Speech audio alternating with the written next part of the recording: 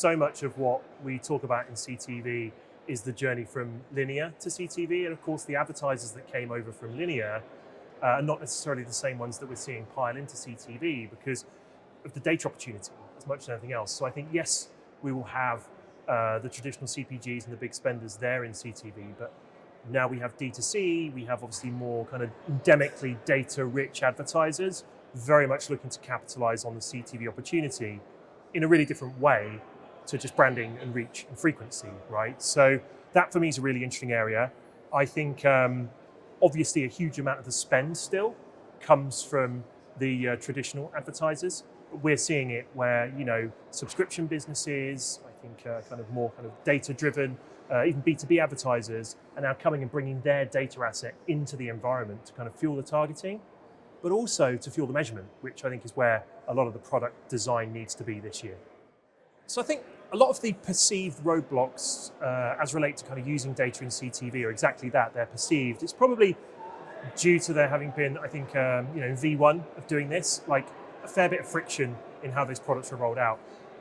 The first one's always the hardest. I think like most broadcasters and most brands now are getting quite au fait with using their data in these environments. But not just that, technology's moved on a long way in even the last year, frankly. So I encourage anybody who feels there's roadblocks to perhaps re-engage on that process, because it would be a shame if people are scared of doing data-driven CTV because they perceive it to be too heavy of a lift, for example.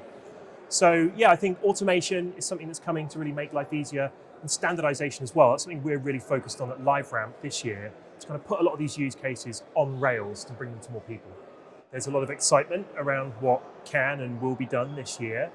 From my perspective, I'll put it into kind of two different camps actually. I think one's a bit more kind of tactical, campaign driven.